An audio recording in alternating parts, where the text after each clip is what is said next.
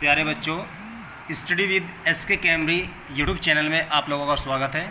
मैं एक बार फिर आपके सामने लाया हूँ आज LCM एंड SCF के बारे में। LCM होता क्या है? ये दो या दो से अधिक संख्याओं का लेस है। वह छोटी छोटी संख्या है जो उन संख्याओं का उभयनिष्ठ गुणज कहलाता है। कैसे? फॉर एग्जाम्पल 6 के हमने गुणज लिखे, 6 दूनी 12, 6 ती 18, 6 छक 24, 6 पंजे 30, 6 छक 36, 6 सत्ते 42, 6 अट्ठे 48। इसी प्रकार 8 के गुणज हमने लिख दिए, ये 8, 16, 24, 32, 40 और 48। 6 और 8 दो संख्या हमें दी गई थी, इसका हमें एलसीएम लेना है। तो इसके जो उभयनिष्ठ गुणज हैं वे क्या हो गए हमारे? 24, 24, 48, 48। एक आएगा इसमें 72 और इसमें भी आएगा 72। तो तीन हमारे पास में उभयनिष्ठ गुणज आ गए हैं, 24, 48 और 72। तो निकालना क्या था हमें? लॉस है। तो लेस निकालने के लिए हम क्या करते हैं? छोटी छोटी संख्या लेते हैं। क्या लेते हैं? छोटी सी छोटी संख्या। तो इन तीनों संख्याओं में सबसे छोटी संख्या कौन सी होती है?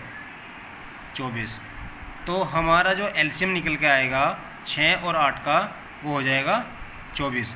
इसको हम ऐसे भी कह सकते हैं, अगर ऑप्शनल हम इसका आंसर देखें, ऑप्शनल में हम क्या करेंगे कि दी गई संख्याओं में, जो भी ऑप्शनल में दी गई संख्या है, अगर दी गई संख्याओं का जिनका हमें एलसीएम निकालना होता है, अगर वो पूरा पूरा कट जाए तो वो भी हमारा क्या कहलाता है? एलसीएम कहलाता है।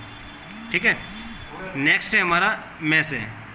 मैसे होता है, इंग्लिश में बोलते हैं इसको SCF, हाईएस्ट कॉमन फैक्टर, महत्तम समापवर्ती है। ये क्या होता है? दो या दो से अधिक संख्याओं का मैसे, वह बड़ी से बड़ी, मैसे के लिए क्या करते हैं? बड़ी से बड़ी संख्या लेते हैं। उन संख्याओं का उभयनिष्ठ गुणनखंड होता है। कैसे? सपोज करो हमने तीन संख्या ले ली, 24, 36 और 48। हमने 24 के गुणनखंड करे, 36 के किए और 48 के किए। तो उसके जो रिक्वायर्ड जो इसका उभयनिष्ठ गुणनखंड हमारे पास में आता है वो 1, 2, 4, 6, 12। ठीक है। तो हमें निकालना क्या था? इसका मैसे। तो मैसे में हम बात कर रहे थे बड़ी से बड़ी संख्या। तो हमारे पास में जो उभयनिष्ठ गुणनखंड थे वे थे 1, 2, 4, 6 और 12। तो इसमें सबसे बड़ी संख्या क्या है हमारी? 12। इस प्रकार हमारा जो आंसर होगा वो हो जाएगा 12। ठीक है। नेक्स्ट है इसमें हमारा मैसे निकालने की विधियाँ। तो सबसे पहले हमने भाग विधि है और दूसरी हमारी गुणनखंड विधि। तो भाग विधि होती क्या है? ठीक है। सपोज करो दो संख्याएं हैं हमारे पास में, 144 और 264 का हमें क्या निकालना? मैसे निकालना है। तो सबसे पहले हम क्या करेंगे? जो छोटी संख्या होगी उससे बड़ी संख्याओं को डिवाइड करेंगे, और जो भी उसका रिमाइंडर बचेगा, ठीक है, जो उसका शेष बचेगा, शेषफल बचेगा, उस शेषफल से भाजक को भाग करते रहेंगे, और जब तक करेंगे जब तक हमें 0 प्राप्त ना हो जाए। ठीक है। तो देखते हैं कैसे चलते हैं।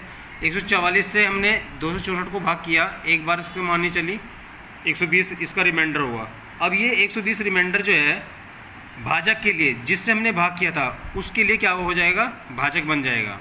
तो 144 हमने यहाँ पर रख दिया, 120 की मारनी चलाई, 144 पे कितनी बार चला? एक बार। तो हमारा रिमाइंडर कितना बच गया? 24। फिर 24 से हमने इस भाजक को भाग करेंगे 5 बार, 24 पंजे 120। तो रिक्वायर्ड जो इसका नंबर आता है निकल के, वो क्या आता है? 24। क्यों? क्योंकि यहाँ पे 0 बच रहा है। अब आगे तो कोई प्रोसेस नहीं होगा, तो इसका आंसर क्या हो जाएगा हमारा? 24। दूसरी प्रोसेस है इसकी गुणनखंड विधि। गुणनखंड विधि हमने क्या किया कि 144 के हमने फैक्टर कर लिए। फैक्टर तो आप कर लोगे, ऐसे कर लेना। 144 को सबसे पहले 2 से डिवाइड करेंगे। ठीक है। तो हमारे पास में ये चीज़ मिलेगी 2 की पावर 4, यानी कि 2 4 बार आएगा और 3 2 बार आएगा। तो हमने इसको लिख दिया घात के रूप में, घातांक के रूप में। ठीक है। तो 2 की पावर 4 और 3 की पावर 2 में ऐसे ही 264 के फैक्टर हो जाएंगे, 2 की पावर 3 इंटू 3 की पावर 1 और 11। ऐसे ही 612 के फैक्टर हो जाएंगे, 2 की पावर 2, 3 की पावर 2 और 17। तो इसका जब हमें मैसे लेना है, तो मैसे के लिए हम क्या करते हैं? अगर पावर में है अगर पावर में कोई संख्या हमें प्राप्त हो रही है तो छोटी घात वालों, जो छोटी घात होगी, जिसकी सबसे छोटी घात होगी वही इसका क्या होगा, में से होगा। तो देखो 2 की पावर 4 इसमें है, 2 की पावर 3 इसमें है, 2 की पावर 2 इसमें है, तो कॉमन फैक्टर क्या हो जाएगा इसका, 2 की पावर 2 यानी छोटा, ठीक है। और इसमें क्या है, 3 की पावर 2 है, 3 की पावर 1 है, 3 की पावर 2 है, तो सबसे छोटी इसमें पावर क्या हो जाएगी 1। तो ये इसका रिक्वायर्ड जो है में से निकल जाएगा। 2 की पावर 2 को क्या लिख देंगे 4 और 3 की पावर 1 को लिखेंगे 3 और दोनों की मल्टीप्लाई कितनी आ जाएगी 12, 4 तिया 12। तो 144, 264 और 612 का जो में से आएगा निकल के वो क्या होगा 12, यानी 12 ऐसी संख्या है जो इन सबको क्या करेगी, डिवाइड भी करेगी। पार्ट 2 में हम आपको बताएंगे भिन्नों का में से कैसे लेते हैं, भिन्नों का लैसे कैसे निकालेंगे, और ये बहुत ही मोस्ट इम्पोर्टेंट है कि असमान प्रकृति का मतलब जैसे √2 और √3, ठीक है, ये दोनों हमारी संख्या क्या हैं, अपरिमेय संख्या हैं, तो इनका में से निकाल सकते हैं या नहीं, और लेस है, ठीक है। तो इसके बारे में भी हम थोड़ा चर्चा करेंगे, बहुत अच्छा टॉपिक है ये भी। तो ये जो तीनों टॉपिक हैं हम अपने पार्ट 2 में आपको बताएंगे।